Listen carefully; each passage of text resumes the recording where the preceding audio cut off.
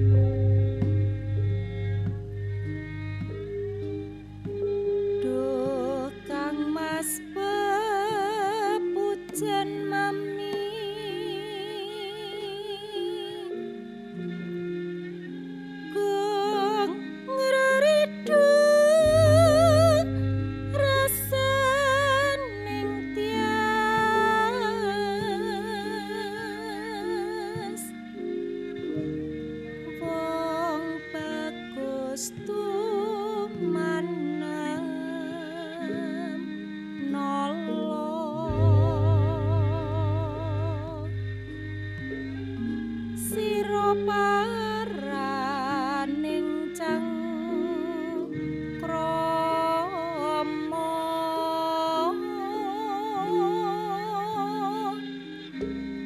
hasya mring jiwangga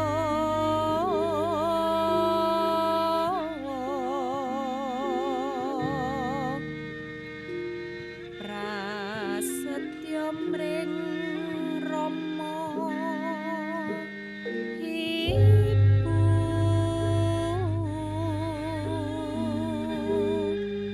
sida mukti dadi siji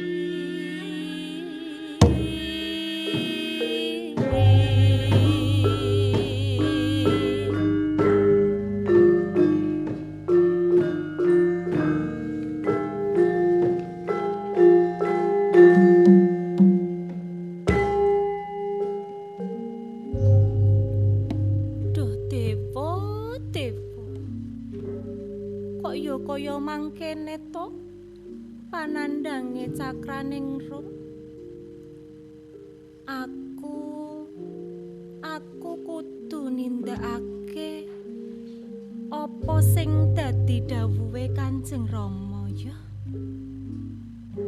lan aku kudu golek cara supaya Kakang Mas Trunajaya iku bisa kengguh marang aku. Nadyan to dikaya ngapa, aku minangka anak kudu bisa njunjung derajate wong tuwa ya. Bakal tak lakoni lelakon iki. Diajeng cakraning rum. Monggo. Monggo Kang Mas Trunajaya monggo.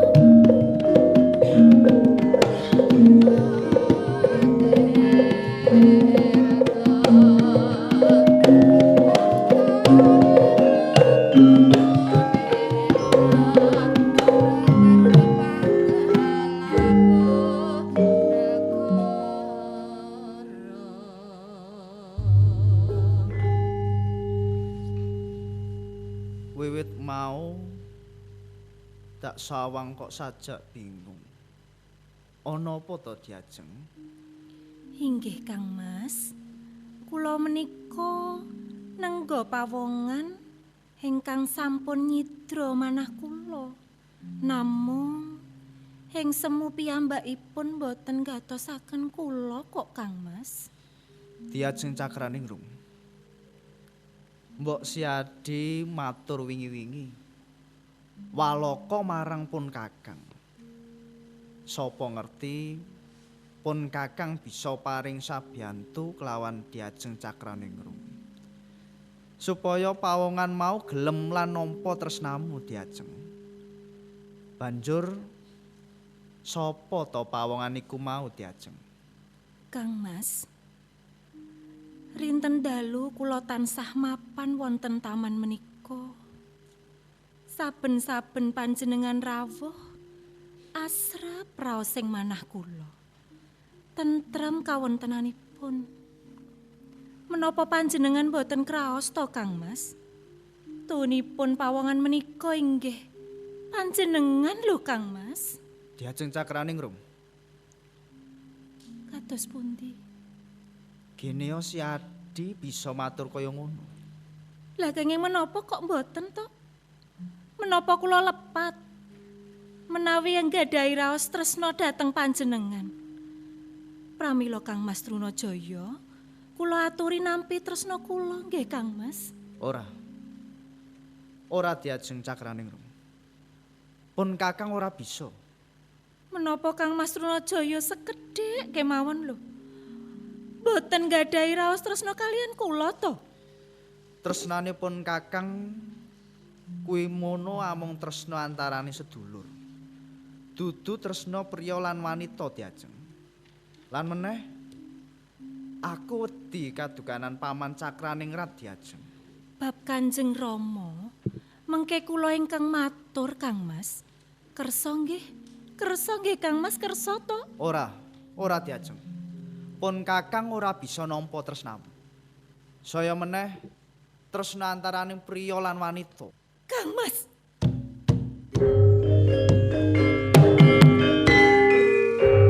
Kula menika jejering wanita. Tak rewangi ngraes-ngraes katresnan nanging panjenengan malah gawe srek ing ati kowe, Trunajaya. Apa sing bisa gawe srek lan wirangku ya mung kowe. Aku uga bisa gawe wirangmu, Trunajaya. Ya cakrane lho. Ya cak. Ya cak. Ya cak cakrane lho.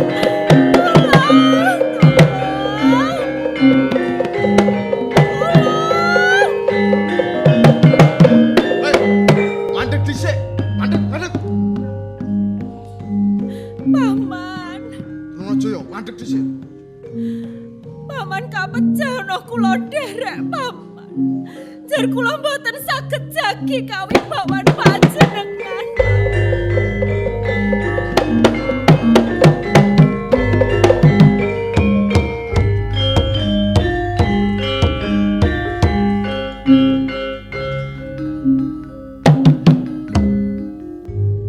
Trunajaya. Mamak Pandhu. Wani mrawasa cakraning rung kowe. Mangerti ya? Iki adimu, putrane Paman Cakraning Ratu. Umpama kowe tresna mbok ya matur walaka wae. Ora kaya mangkono carane. Apa wis kapanjingan iblis kowe? Nyun pangapunten Paman. Lelampahan punika boten kados ingkang panjenengan sumerepi. Nanging Kados pundi to, Kang Mas? Janipun kula rak sampun matur to. Menawi kula mboten sagah, mboten mendho malah ndodro. Sareng katenangan kok banjur selak lho. Nyun sewu. Keparenga dipun taliti rangkung rumiyin Kanjeng. Sampun ngantos mangke lepat ing kedadosan. Cukup. Prajurit rangketen Trunajaya.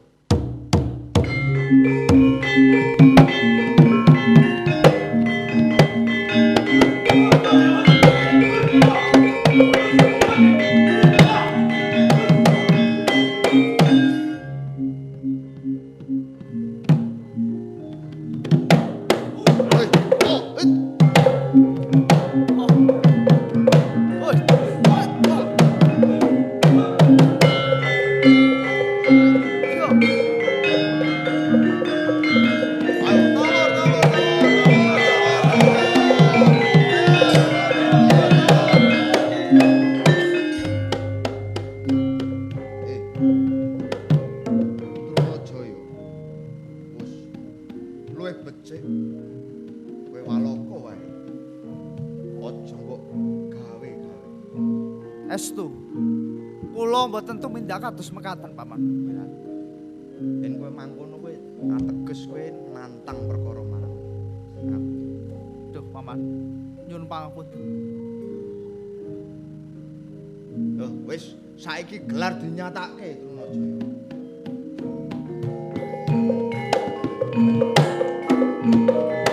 Mati kowe.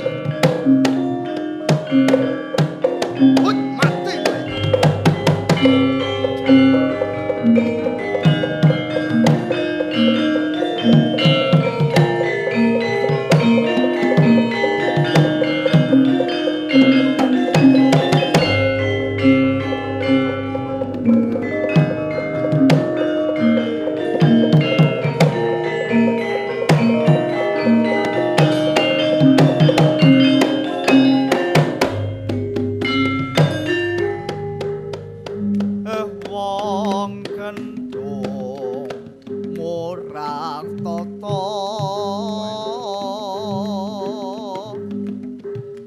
kya macuwa kalambun mamrih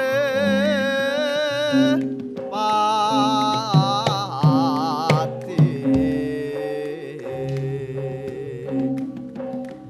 ayo wajire terus lumayu lamun sakti prawira wani sumbar nyatawa satos balungmu tinamtu ukiran kang kono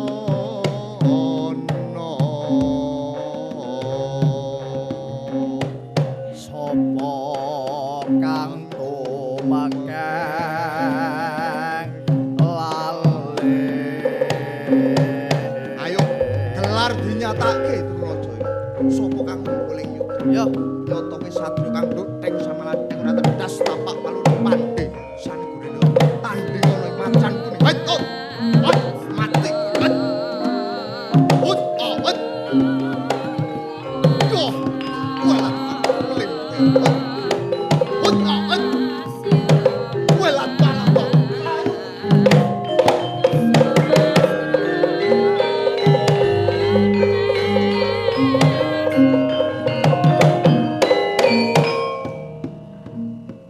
Paman Sumbaga estunipun Sampun Jeng Pangeran.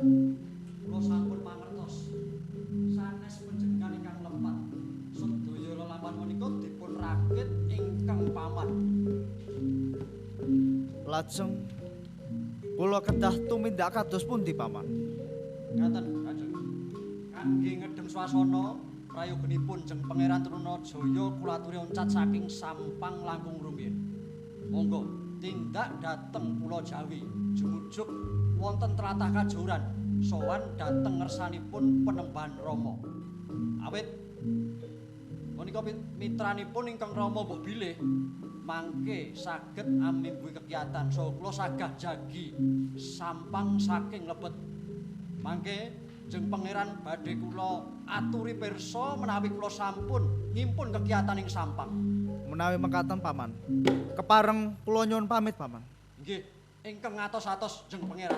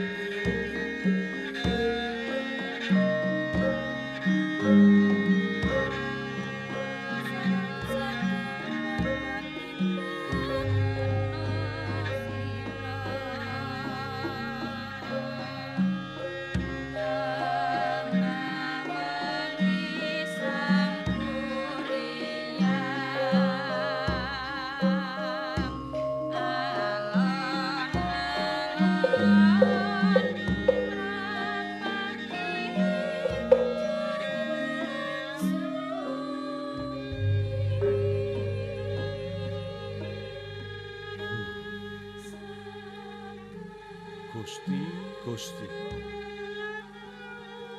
Lelakon apa kang kudu tak sangga?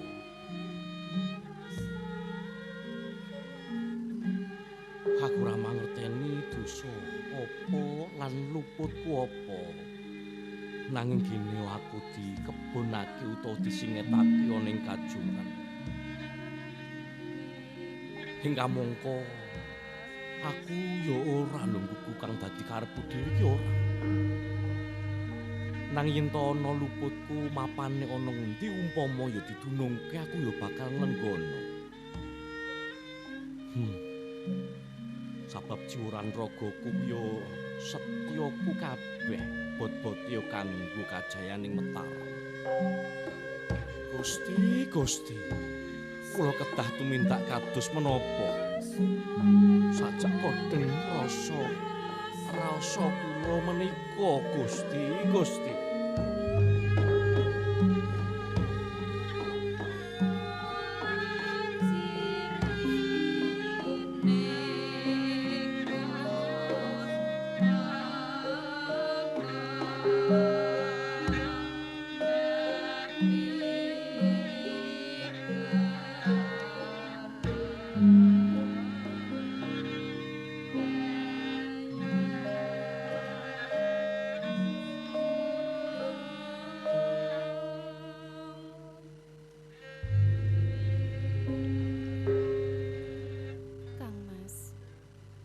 Wiromanggala, mbok nggih sampun to Kang Mas? Panjenengan menika menggalih menapa? Kok namung mendelke mawon lho? Ah, diajeng impuna to. Kene diajeng. Wonten menapa to Kang Mas? Sajakipun kok menggalih aurat. Menapa anggen kula lelati mboten meranani? Menapa anggadhahi lepat dhateng panjenengan to Kang Mas? Ora diajeng. Si Adi ora luput kok. Lajeng menggalih menapa Kang Mas? Diajeng. Temene yen ora ndak blakake bakal ngebot-boti pikirku.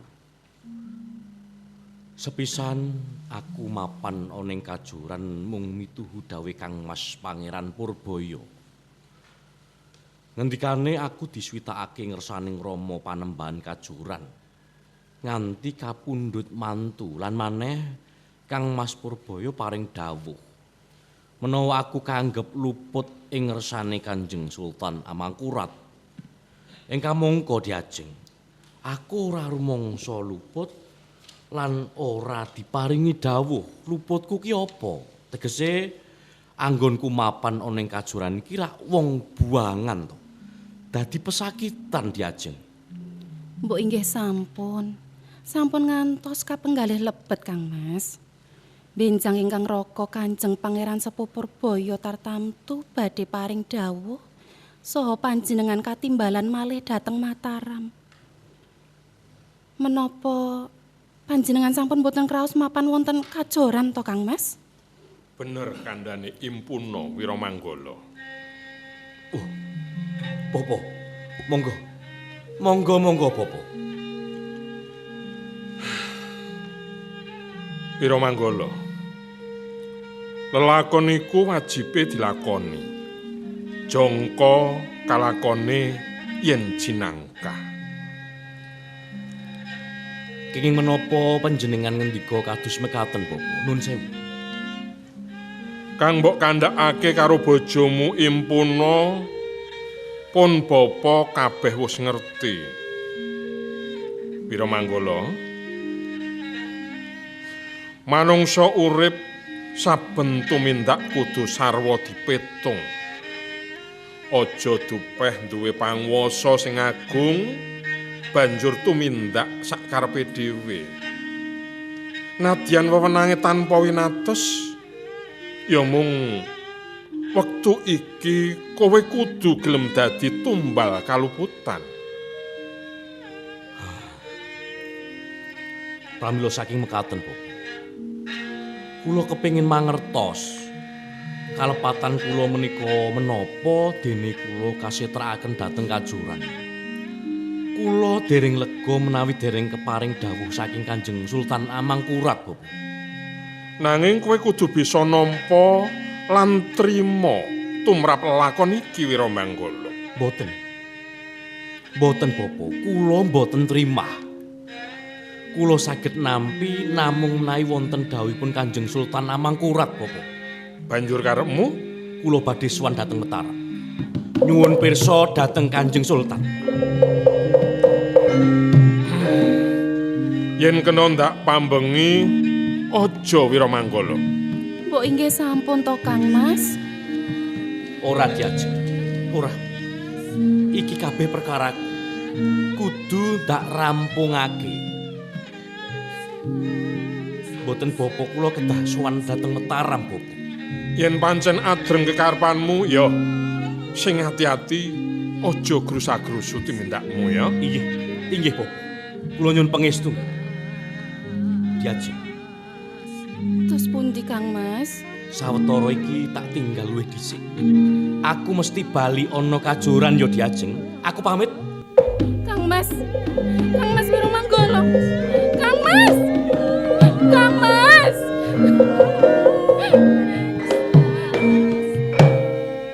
Bapak, kenging menapa Kang Mas Wiramanggala nekat pikajengipun Bapak? Lajeng kados pundi? Mangke kawontenanipun Bapak. Impuna. Rasa mbok tangisi lungane bojomu Wiramanggala.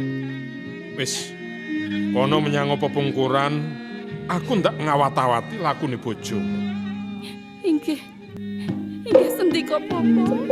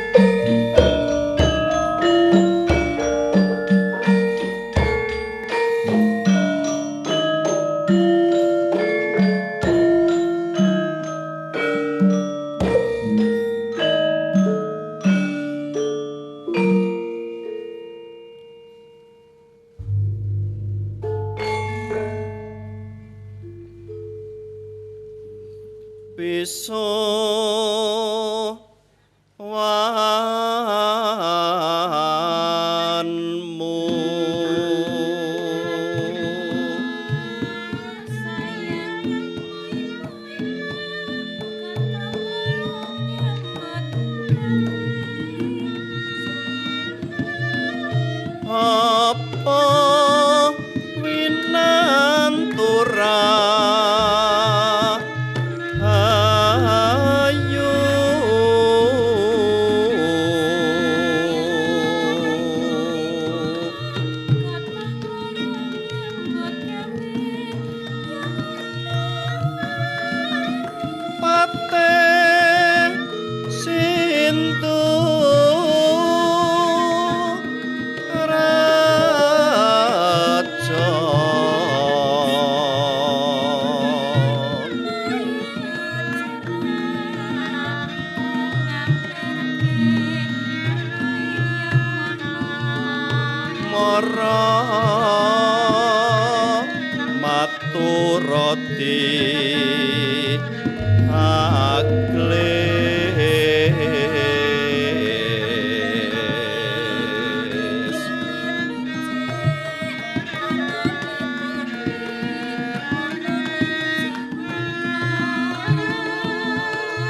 sensir nakno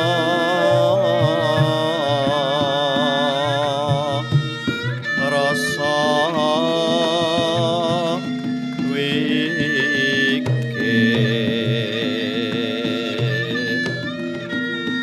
arep ringo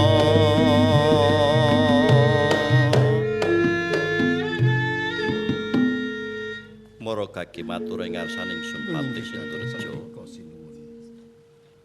bareng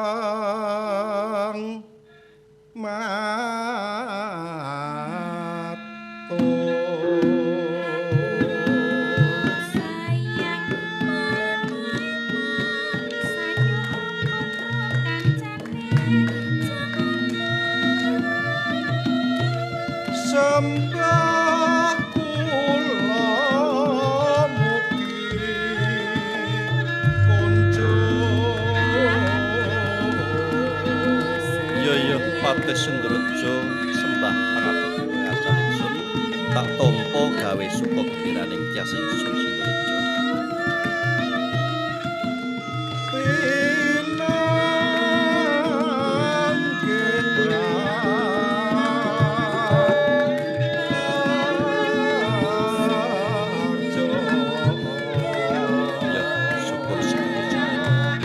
Suwanu ing ngarsaning Sun tansah manggih raja tampur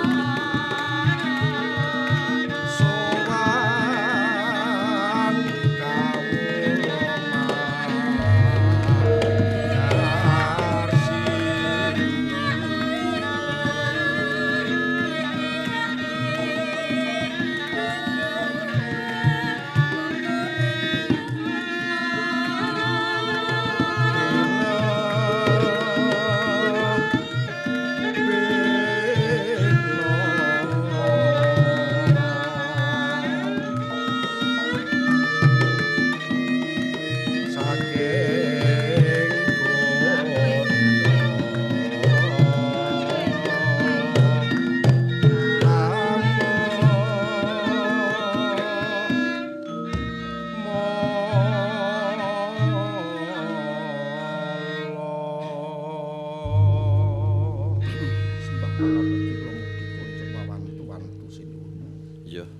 Patih Sinturjo tak tampa gawe suka gembiraning tiasing Sun.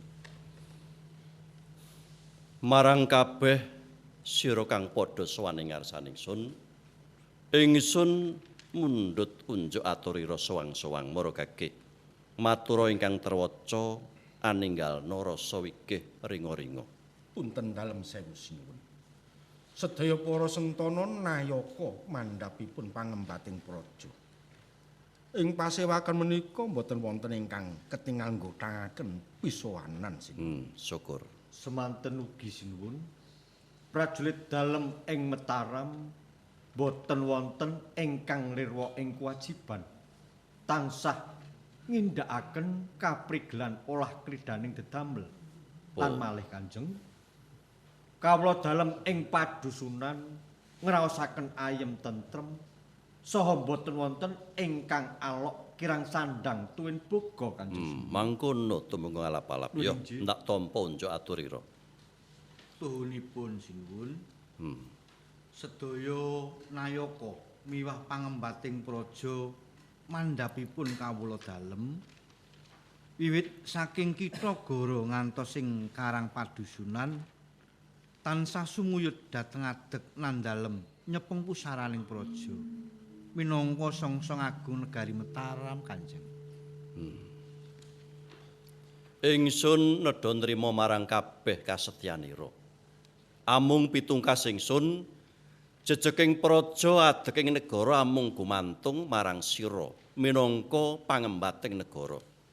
Ingsun mundhut aja nganti ana kawulan ingsun ingkang alok kekurangan kang sarta pangembating negara ingkang tumindak sakarepe dhewe. Nggih, sendika sinuwun. Kula ingkang sowan sinuwun. Sapa iki? Suara agul-agul. Kene. Kawis pita kang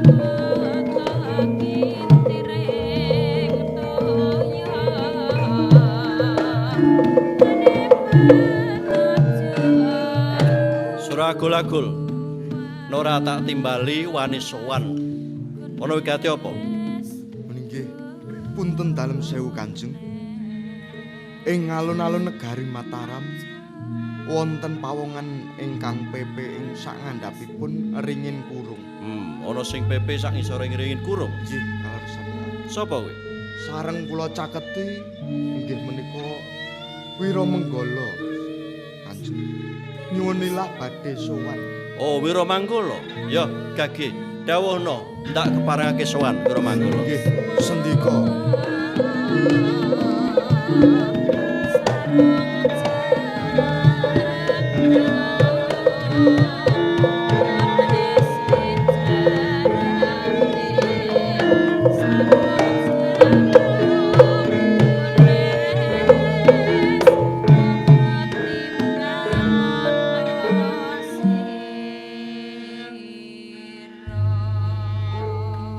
Wiramanggala, Nora tak timbali wani sowan ing ngarsaning sun. Sayektina ana wigati apa Wiramanggala? Sewu lepat Diagung Samudra paksami Kanjeng. Ya. Dene kula kumawani sowan tanpa tinimbalan. Awit kula badhe nyuwun pirsa.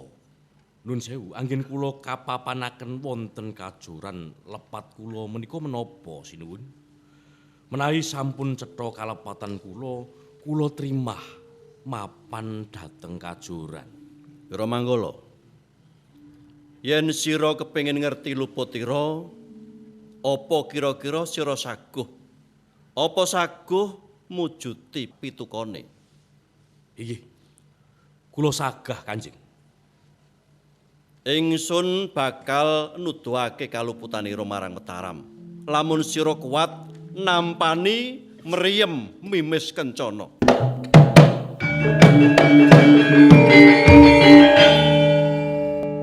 Sinuwun. Piye? Piye Wiramanggala? Wani apa ora nampani mriyem mimis kencana? Sajak tida-tida. Wani apa ora? Inggih. Kula wani sinuwun. Bagus yen mangkono. Patih Sundareja. Dawuh timbalan dalem sinuwun. Sesuk pedhaing surya samektakno mriyem kanthi mimis kencana. Nggih, sendika ngestokaken dawuh.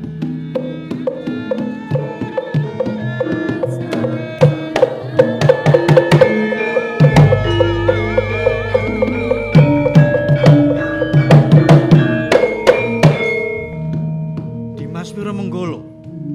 Sira kewanen wani nampani mriyem mimis kencana pusaka Mataram, Dimas. Kanthi sarana menapa kemawon badhe kula lampahi. Jer kula kaparingan dawuh kalepatan kula menapa? Becik sira baliya ana kajoran. Bab Kanjeng Sultan aku kang bakal matur, Dimas. Mboten Kang Mas. Kula nyuwun Jawa, pangestu. Kula nyuwun pangestu.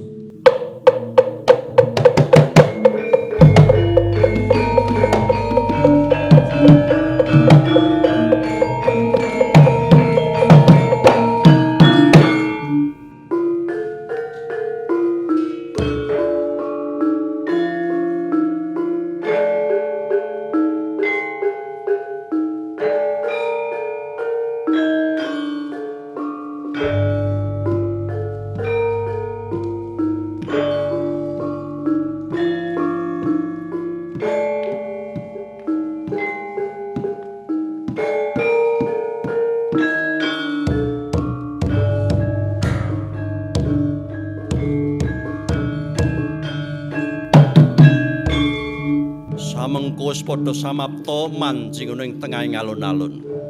Wiramanggala, apa sira wis madya?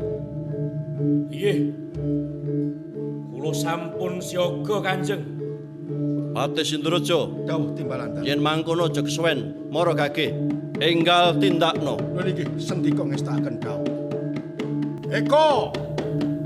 Dwi. Tri.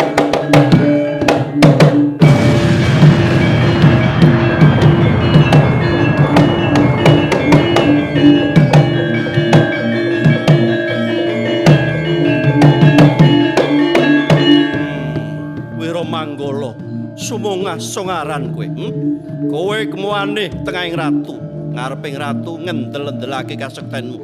Ketaman mimis kencana ora apa-apa kowe. Titenono Wiramanggala.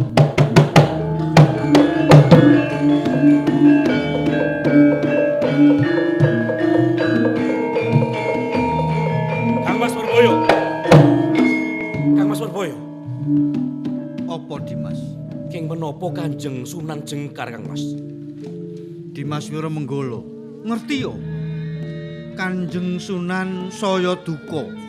Mula Dimas, sawetara wektu Sadi ndak dawuhi bali ana kajoran. Bab dukane ingkang sinuwun mengko ana pun Kakang. Besok yen wis ana pengendikane Kanjeng Sunan, sira bakal ndak paringi dawuh Dimas. Mboten Kang Mas. Kula mboten badhe wangsul dhateng kajuran menawi dereng wonten pengendikanipun Kanjeng Sunan Amangkurat. Kula dereng lega Kang Mas. Dimas Wiramanggala. Lamun sadina rame turut dawuhipun Kakang, lakon iki ora bakal ana kerampungane Dimas. Kang Mas Purboyo. Estunipun kula namung kepingin mangertosi. Dosa kalepatan kula menika menapa to? Ngantos kula dipun buang dhateng kajuran. Kula namung kepingin mangertos Kang Mas. Nanging Dimas, nanging perkara iki kowe durung perlu ngerti Dimas. Inggih Kang Mas, inggih. Sawetawis kula badhe wangsul dhateng kajuran. Namung kula tetep badhe sowan Kanjeng Sunan menawi dereng cetha kalepatan kula. Nyuwun pamit Kang Mas. Dimas.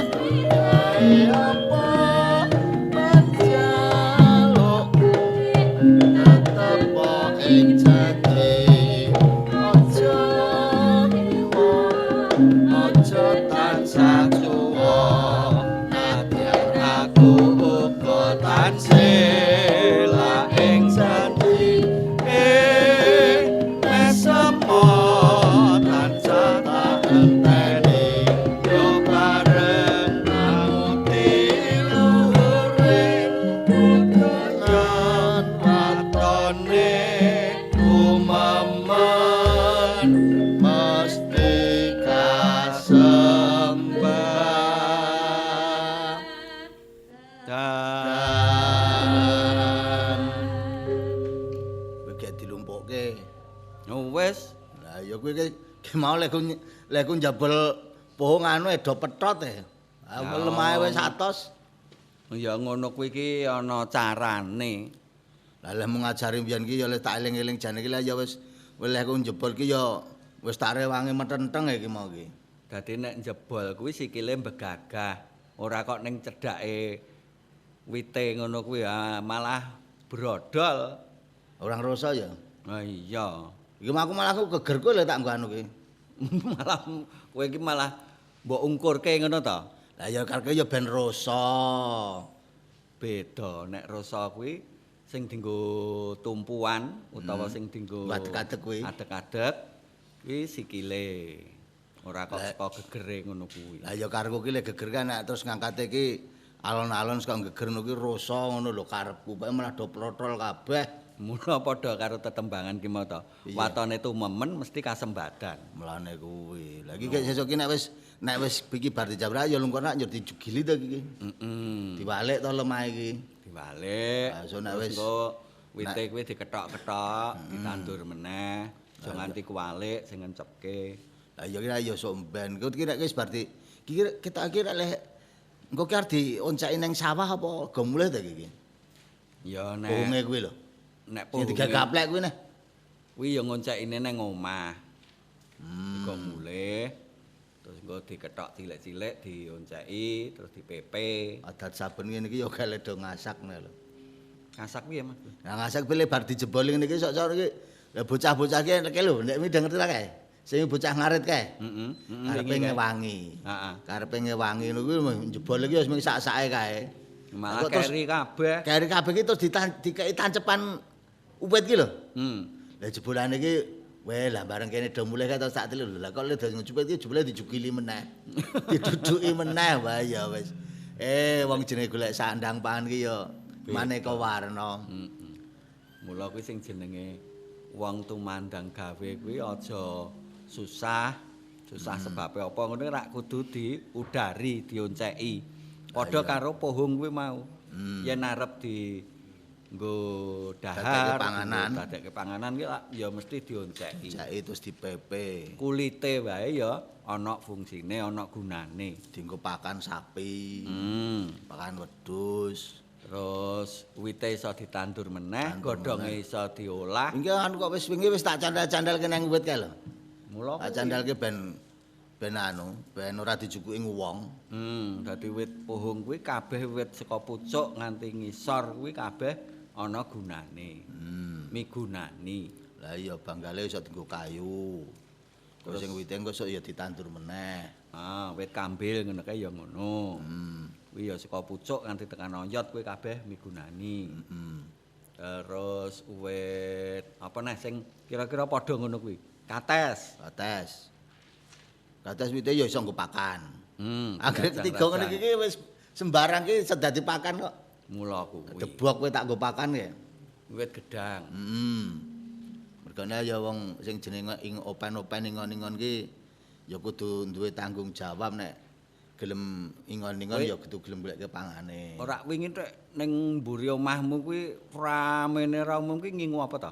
Kaya ana mentok, ana banyak, pitik. Oh. Sing ora dingu do teko dhewe iki gurem.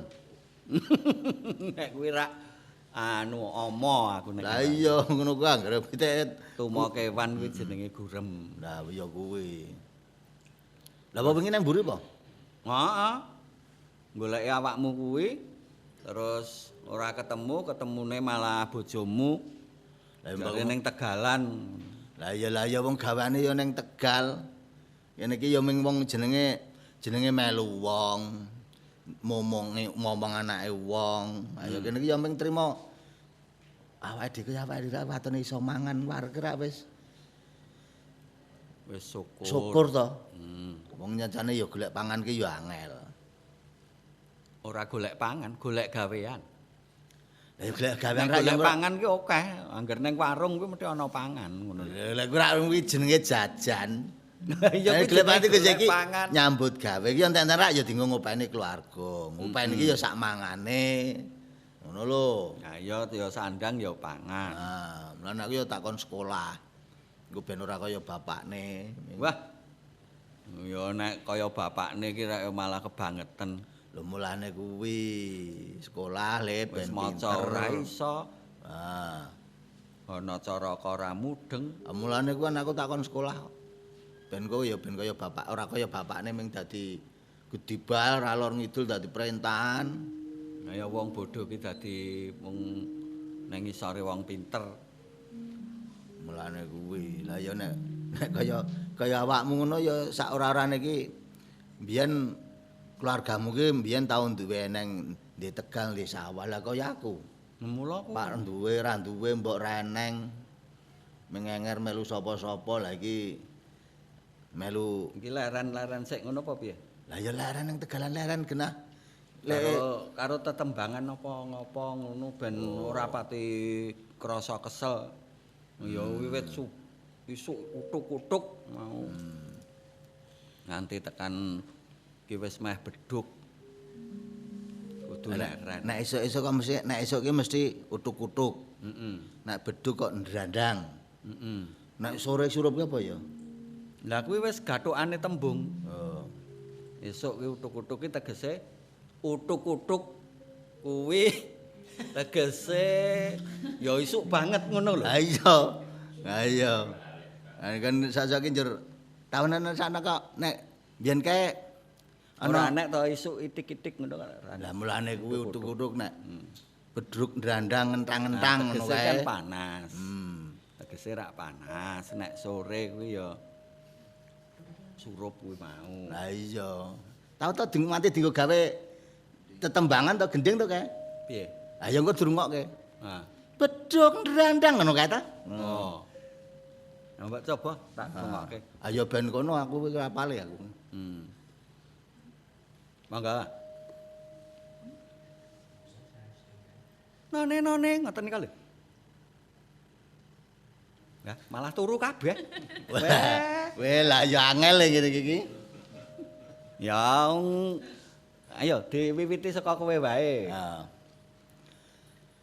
Aku ki lah ya ki cakepane ki sing ilang nek ra golek-golek ki Ngarepe tok ora dibedol apa-apa. dienggo bedole pohong ki malah do gogrok bleduke kuwi. Ngarepe tok ora apa-apa engko ben diteruske kono, ngono lho.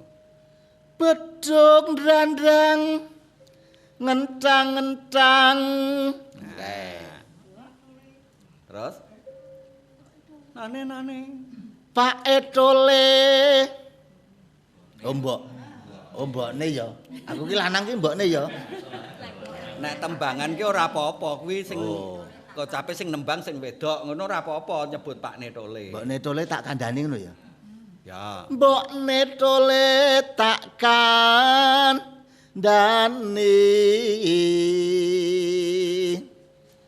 Kandhane apa Pak Ne? Ayo ora kon gawe rujak ngono to ben gitu sini. Ayo.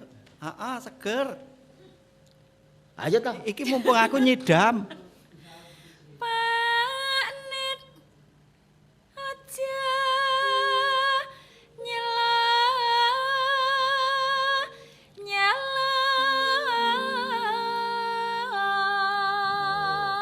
Dadi nek mbokne lagi ngerujak kuwi aja nyelo-nyelo. Karku ki ayo wong kahanan kaya niki dikek rujak ya seger mosok ya ndadang nyelo-nyelo. Yuk. ngrekoning kan kura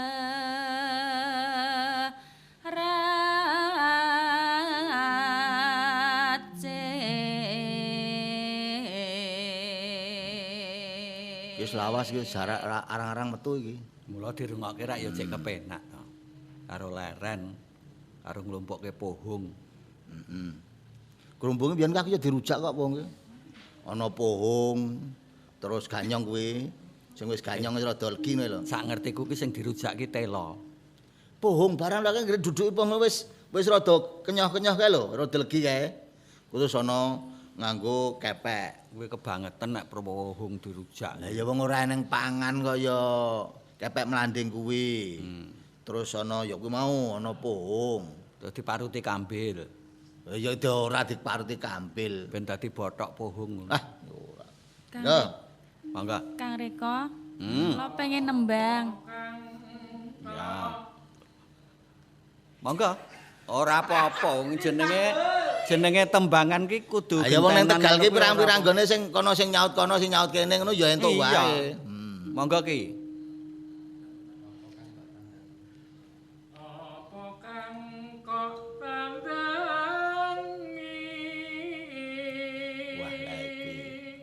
Wah, jebul nang Tegal ki sing nyuara pirang-pirang ya saya penak. Kula nembang nggih Kang Reka. Nek iso karo keletakan po karo apa ngono. Aku gawe rujak. Jaro.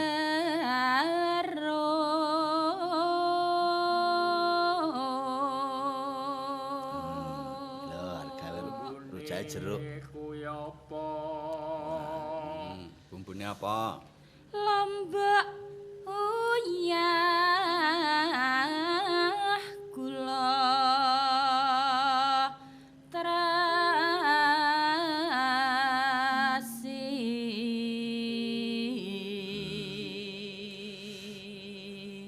Jeruk bali dasare waton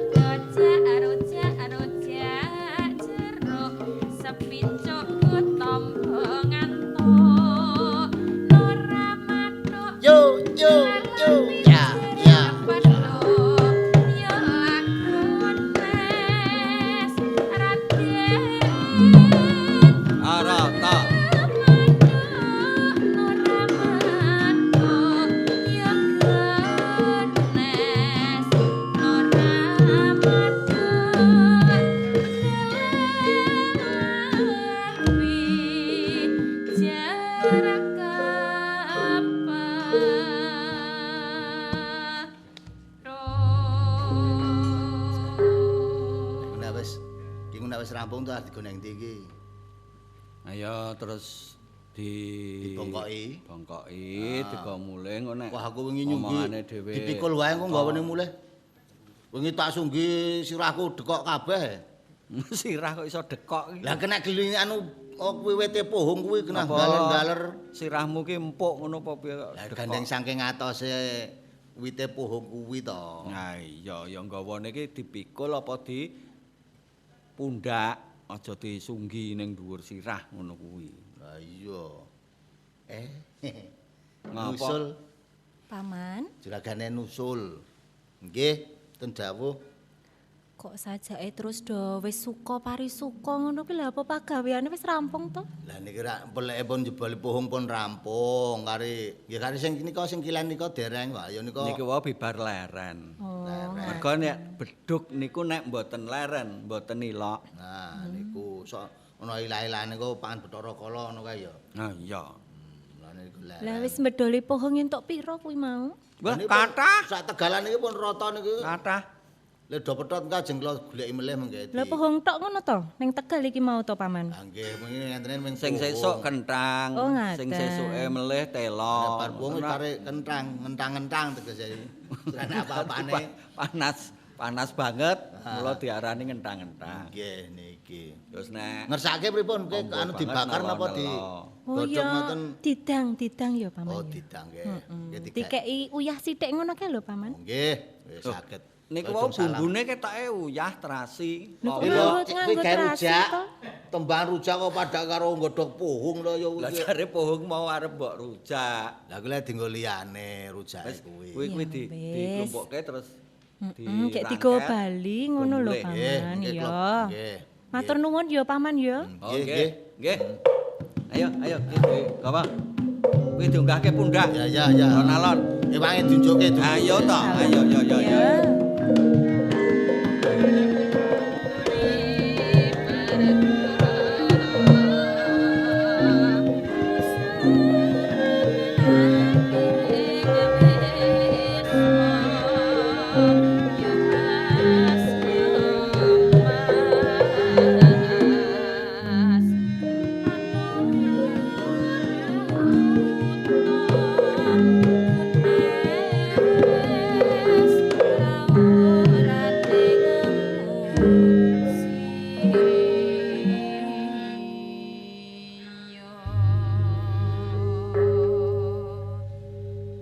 Nun sewu kisana. Menawi kepareng badhe nderek pirsa. Nggih. Mboten dados menapa. Sajakipun kok panjenengan sanes priyantu Jawi ngoten. Inggih, leres. Kula punika lare saking Sampang Madura.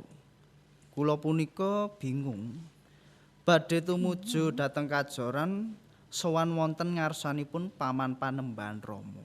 Oh lah, menawi mekaten inggih keleresan to. Kula menika putranipun Kanjeng Rama Panembahan. Menawi mekaten monggo. Menapa kula dherekaken? Matur nuwun. Namung kula ajrih Lho, ajrih kenging menapa? menawi wonten ingkang duka kula sesarengan kalian ndika. Alah, mboten. Kanjeng Rama menika mboten badhe duka kok. Sanes ingkang Rama nanging ingkang garwa. Kula dereng gadah semah kok tasih ijen. Lho. Kok sami nggih? Lho, Jagongan awit mau kok durung tepungan panjenengan sinten Adi? Kula pun impuni Kakang. Kisana. Ora dadi apa Adi impuni. Sira nyebut Kakang, jer sira iku putrane Paman Panembahan. Apa bener kandhamu ing ngarep yen Adi impuni durung duwe sinisian? Ha inggih ngaten to leres. Sepisanan aku weruh si Adi kok tuwuh ngrasa ing beda ing atiku ya. Lho, kok beda to? Apa iki sing jenenge rasa tresna diajeng impuni? Janjane nggih sami kalian raos kula. Lah namung kula pekewet lho Kisana. Tegese jumbuh karo rasaku. Lah kok terus nyaket-nyaket kados mekaten to? Mbok ya nek sapet jagong aja ado-adoan. Rada cedhak kene. Mboten menapa menika saestu. Ora apa-apa.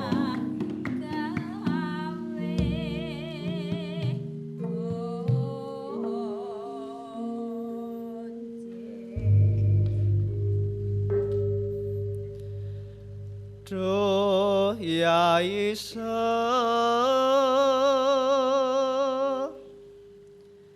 karing pandan.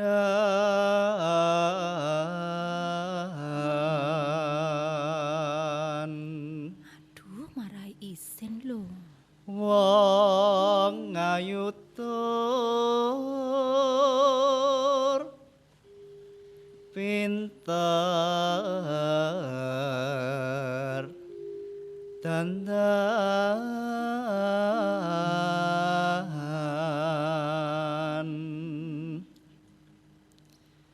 pinter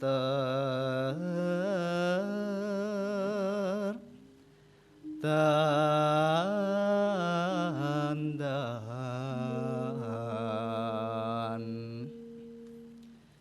agawe tikas marahan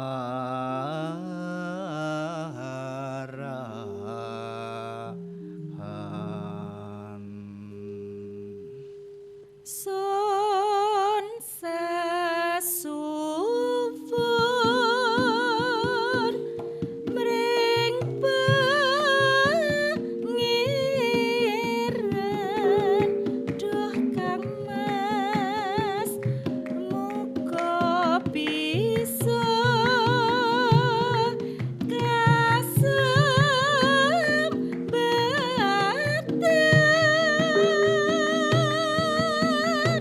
sesandingan ing dunya prapteng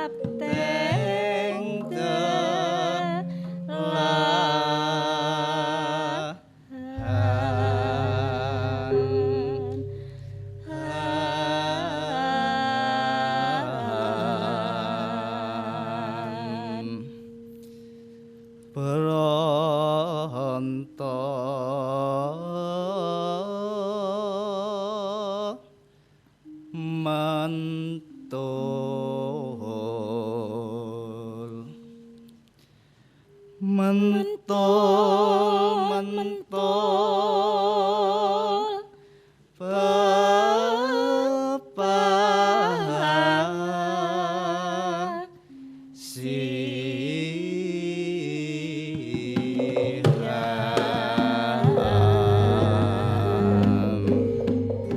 kados pundi Kang Mas? Napa panjenengan menika lagi sepisan iki aku weruh kados pundi? wong wadon kok ayune pindhane widodari ngedarat. Apa ya saestu ngaten to? Sakwise anggonku ing papan kene kuwi kok karasa samsaya gawe atiku ki jenjem lamun sandingan kelawan si Adi. Panjenengan ya saestu tresna kalian kula ngaten? Ya samestina to diajeng. Nggih. Menawi mekaten keparet kowe. Aduh, Kakang Wiramamu. Malah dadi Sapa kowe? Mengko dhisik tekamu banjur mula sora kelawan aku. Dosa luputku apa? Dosamu kok endhet kok kempit ku mewani gonjak lawan impuni. Banjur ana gandenge sapa? Kalawan impuni. Kadang tuani impuni. Kowe iki sapa tak sawang dudu pawongan papan kene. Dene kemawani tranyaan ning papan kene, he? Karepmu apa? Oh, ngono. Tegese nantang lawan aku. kowe bisa nyedhaki adikku lan kelakon kalawan adikku yen iso nglumpati Wiramanggala. Ayo kene maju tandingana. Kakang aja do padudan kaya mangkon. Kanjeng Rama, Kanjeng Rama.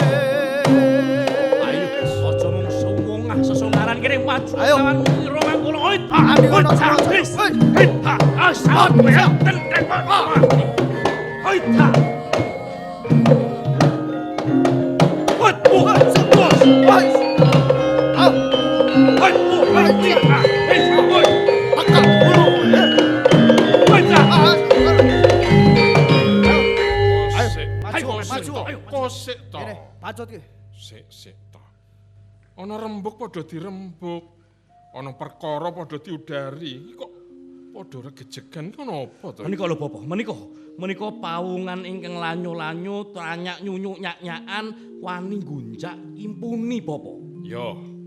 Ning ora ngono carane. Durung ngerti sapa iki kok terus dadi padudon. Pawungan. Kowe kuwi sapa?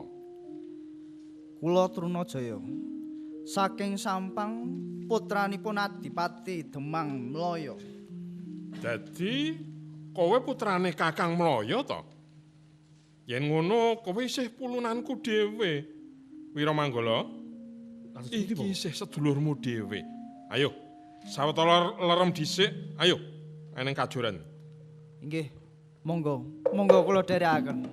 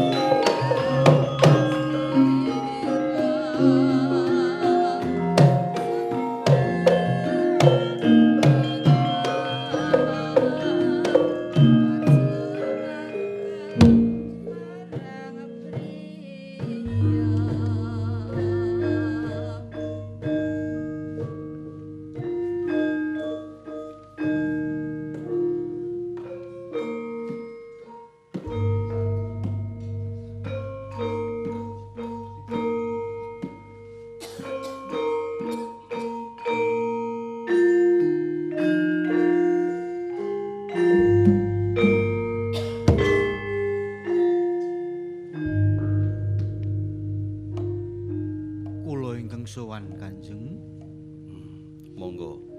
Monggo Eyang Pangeran Purbaya. Kaget raos sing manah kula Kanjeng. Nandalem nimbali ing wanci dalu. Wonten dawuh menapa sinuwun? Inggih, Eyang. Kula namung badhe mundhut pirsa. Menapa yektos menawi kawula Mataram tasih njunjung ate kula dados ratu wonten ing Mataram. Raos kula kok tida-tida, raos kula sangga runggi. Menawi kula sampun mboten trep, trimah kula lereh keprabon kemawon Eyang. Punten dalem sewu Kanjeng. King menapa nandalem ngendika ing kados mekaten? King menapa mboten Eyang? Eyang. Menapa wonten pangembating negari ingkang boten tulus nyengkuyung dhateng adhek kula minangka Songsong Agung ing Mataram. Kula kinten boten wonten Kanjeng. Prasetya kula menawi wonten ayaka praja mandhapipun kawula ingkang nedya mrengkang pernatan Mataram kula sagah dados betengipun Kanjeng. Nggih, matur nuwun. Matur sanget nuwun Eyang. Menapa kula saged ngugemi pangandika panjenengan menika Eyang Purbaya? Dosa saha pidana menapa menawi kula wani dura wonten ngersa nandalem. Nggih, matur nuwun sanget Eyang. Mataram wonten geni sapelik munggih ngrapak. Menawi mboten enggal kasirep mesti badhe ngombro-ombro salumbung Bandung. Menika klilip menggaing amangkurat. Eyang, kamangka menawi mboten ndika piyambak ingkang nyirep tangeh lamun sagedipun Eyang. Punten dalem sewu. Ingkang nandalem kersakaken kados pundi Kanjeng? Kula mundhut pejahipun Wiramanggala. Sinuwun.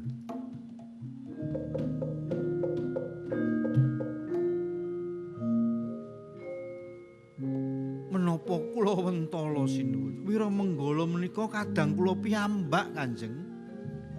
Awit padhanging lampahan Mataram kula pasrahaken dhateng dika. Kula pasrahaken dhateng dika.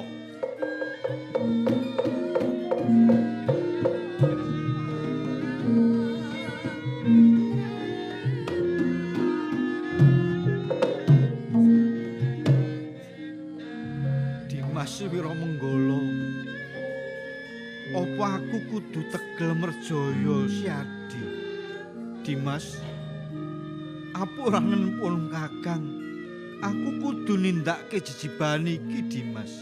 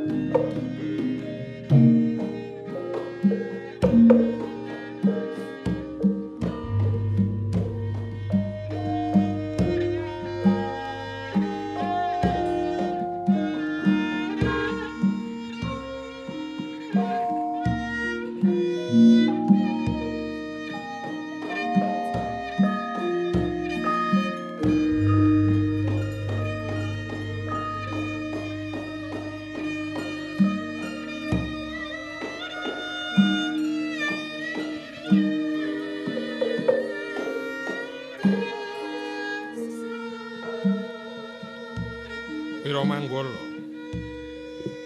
Sabubare saka Mataram, kowe kok ora duwe ulat padhang. Saben dina mung menang wae.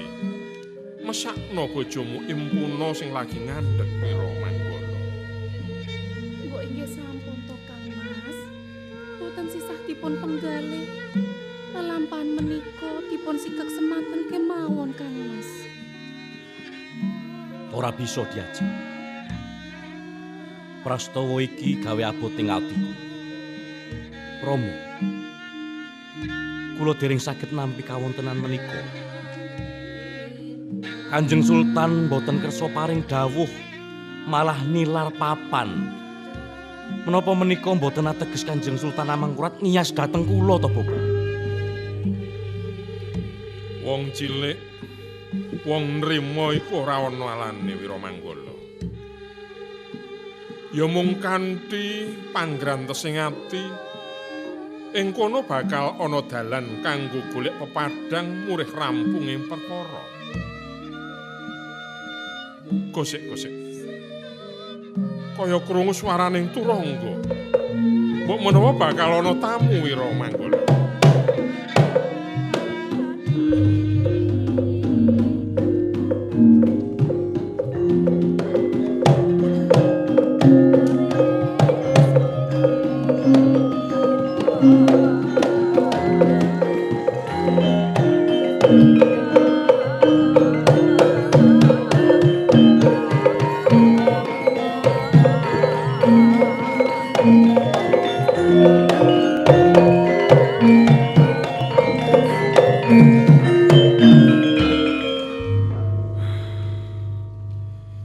Damel kageting manah kula.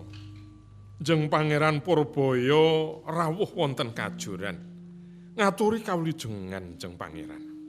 Inggih Kakang, wilujeng lampah kula. Kang Mas, bekti kula katura Kang Mas. Iya Dimas, dak tampa. Semanten ugi kula Njeng Pangeran, sembah kula katur. Iya, Impuna uga ndak tampa pangabektimu Impuna. Sajak wonten bab ingkang badhe kadhawuhaken Jeng Pangeran. Inggih Kakang, wonten sekedhik bab ingkang badhe kula dawuhaken dhateng Dimas Wiramanggala. Inggih Jeng Pangeran. Kepareng kula badhe wonten pepengkeran. Impuna, ayo sawetara karepen garwamu sapet jagung lawan Jeng Pangeran Purbaya, ya. Inggih Rama.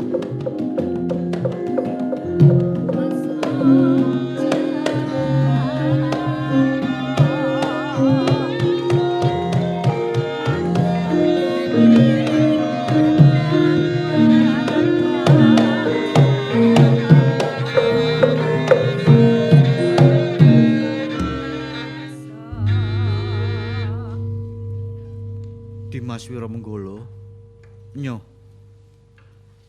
tampanana. Kanthi pusaka iki patenana pun Kakang Dimas. Lho. Keng menapa Kang Mas Purbaya ngendika kados mekaten?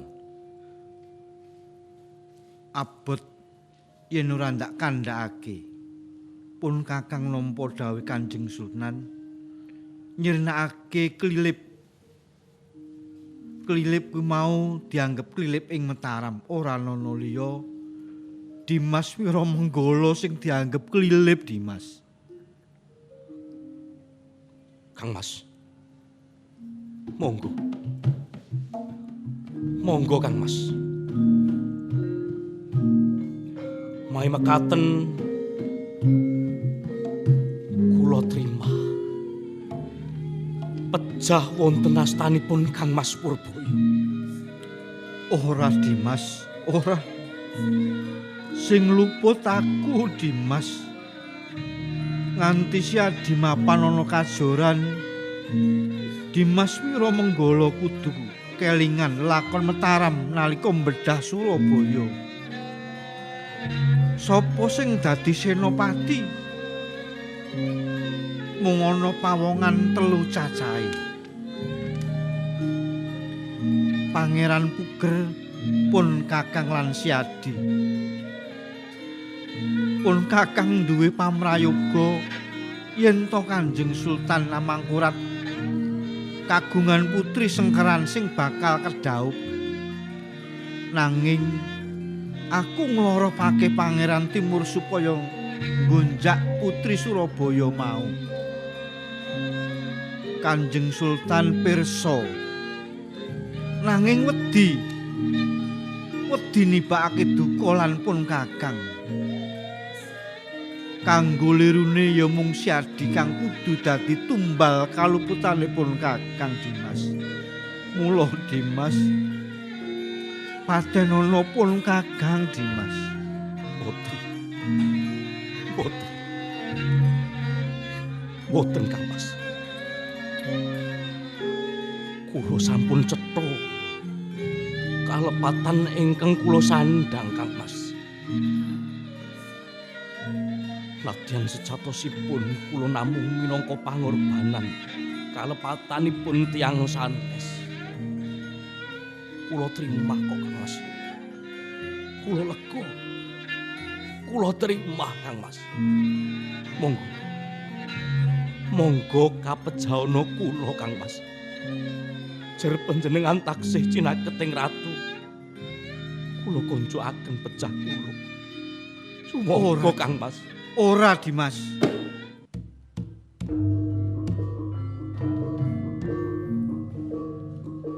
Kudune pun Kakang sing nampa pidana, dudu Dimas Wiramenggala. Boten. Mula patenana pun Kakang Dimas. Boten mekaten Kang Mas. Monggo. Monggo kapejana kula kewala Kang Mas. Monggo Dimas. Ora sing luput pun Kakang. Sing kudu nampa pidana pati ki mung pun Kakang dudu Dimas Wiramenggala. Ora iku Dimas. Pun Kakang legawa, patenana pun Kakang. Dimas. Dimas Wiramenggala. Dimas. Dimas! Kakang!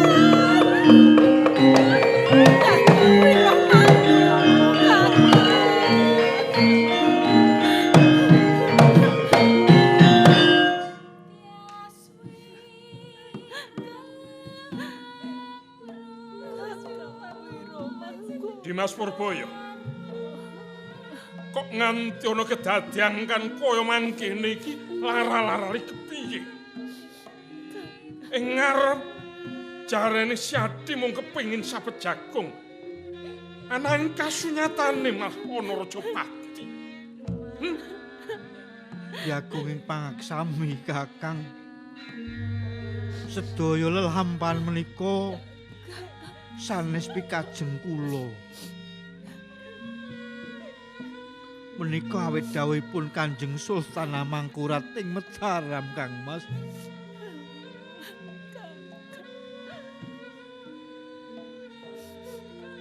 Jeng Pangeran Purbaya. Mugi seneksen jagat saesinipun. Wiwit wekdal punika kajoran niat balela saking Mataram.